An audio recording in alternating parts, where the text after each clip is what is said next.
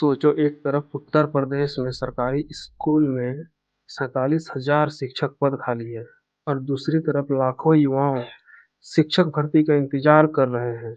लेकिन जब विधानसभा में सरकार से ये सवाल पूछा गया कि इन खाली पदों पर भर्ती होगी, तो सरकार की तरफ से जवाब आया, फिलहाल अभी नहीं।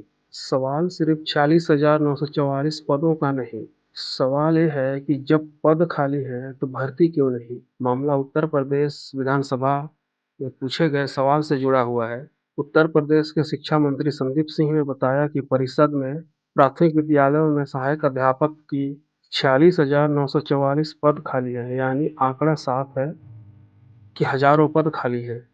फिर शिक्षा भर्ती क्यों नहीं। लेकिन सरकार से पूछा गया कि इन पदों को भरने के लिए नई शिक्षक भर्ती कराई जाए, तो सरकार की तरफ से जवाब आया कि जी नहीं, यानी फिलहाल इन रिक्त पदों पर भर्ती की कोई योजना नहीं है। अब यह कहानी का सबसे महत्वपूर्ण हिस्सा आता है। सरकार का कहना है कि इन खाली पदों को देखकर शिक्षक भर्ती की जरूरत तय नहीं की जा सकती है। सरकार का कहना है कि स्कूलों में शिक्षक और शिक्षा मित्र पर्याप्त मात्रा में हैं। पद खाली हैं, लेकिन पढ़ाने के लिए शिक्षक और शिक्षा मित्र पर्याप्त है, ये सरकार का कहना है। यही बात है जो शिक्षक की तैयारी कर रहे छात्राओं पर सबसे बड़ी सवाल खड़ा करता है। लेकिन इस फैसले का दूसरा पक्ष उन छात्रों से जुड़ा है जो सालों शिक्षक बनने की पढ़ाई की तैयारी कर रहे हैं।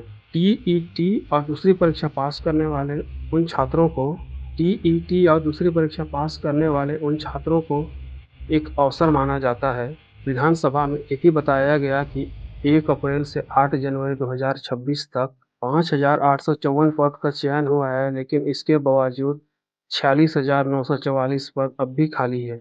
यहीं से सवाल पैदा होता है, क्या खाली पदों को कागज पर रिक्त मानना सही है, या सरकार को बताना चाहिए कि इन पदों पर कब और किस स्थिति में भरा जाए। इन सवालों के जवाब में नौकरी पाने वाले छात्रों के लिए ही नहीं है, बल्कि सरकारी स्कूल में पढ़ रहे लाखों बच्चों के भविष्य के लिए भी महत्वपूर्ण है। जय हिंद, जय भारत दोस्तों।